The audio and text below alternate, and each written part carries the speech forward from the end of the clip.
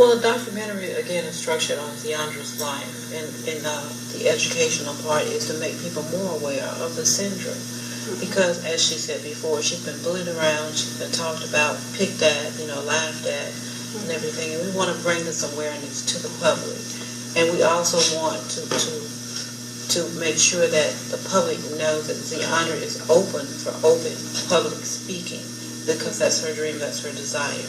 Just because she's disabled doesn't mean that she can't do anything. The documentary is to bring forth her potentiality, to let them know that she is a cut above and she can do anything. We can feel that. Right. I mean, just a powerful speaker. She's very powerful. Very powerful. And she's been on talk shows before with her record. She did a CD. Let's hear about the record, and about your talent and passion as a recording artist. Oh yeah. Well, the record. Let's see what inspired me. It was all about, I would say, the movement of this condition, I would say. Mm-hmm. So, yeah, the movement is basically just about the overall journey and what it does to people living with this on an everyday basis. Mm-hmm. And it's like it tells it's like a story or like a beginning point, and then an end. And it basically just represents, our struggle and what we go through. We like warriors. Right. Yes.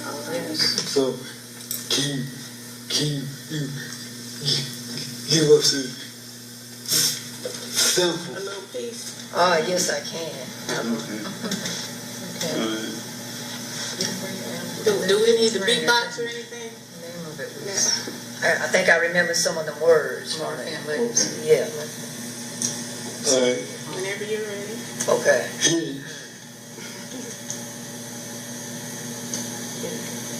Okay, this is our Marfan legacy.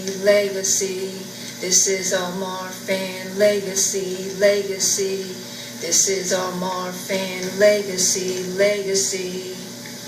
The story about how our journey became to be. Like gravity, we didn't fall too far from the tree. It was just out of the sea. Holy luck, as you can see, our divine intuitions, not too short of history. Tall statues of us dancing in the sea.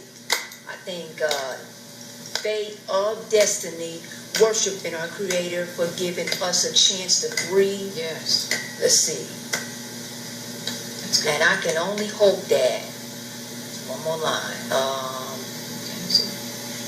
I can only hope that something like da da da da da da da da. Well, we can see you're a writer as well. Yeah. Right? Yes. You're an excellent writer. Yes. Yes. Are you working on any writing projects? Or? Not at this time, no. Okay. Well, Can I add to that? She did this roundabout about 18 years old. She's 26 now. Okay. And she was in that mode. Right. But then the surgeries kind of got her, she got away from it. And she said, well, I think I want to take my talents in a different direction. And she said, I'd rather be a spokesperson than actually just making records and writing them. But that will never be forgotten. She wrote her legacy there. Oh, there's some seeds planted. And if I could make a suggestion, I would say write, continue to write a book and speak and offer your book, to the community as you speak as well. She does have plans, aspirations for doing a one-woman stage play. Oh my goodness. So we're going to work on that next. We're going to do the script together, her mom, herself, and myself. Okay. Well, tell us about your production company. Well, my production company is a non-profit production company. Speak up just a little bit more. My production company is a non-profit production company. I write a lot of gospel plays and I do a lot of fundraisers for churches and organizations, and we do that to help the community out as much as possible. I get a lot of untalented people and make them into talented people, by pulling them from the neighborhoods and the communities and everything and giving them a voice, giving them a face, in the place, and let people see how talented they really are. So that's what I'm about. I write plays. I'm a lyricist myself. I'm also a radio host myself. So I'm busy all the time when I'm not writing. Okay. Well, can you share with us about the books that you've written? Well, the books that I've written, one is called Joe Bleen, A Woman of Strength. I did a play about that. You said Joe Bleen, Joe Bleen, A Woman of Strength. A Woman of Strength. Okay. And that was a gospel play written about, it was a true story about a woman that was struggling with AIDS and doing a lot of drinking back then. She deserted her child. I won't give away the whole story.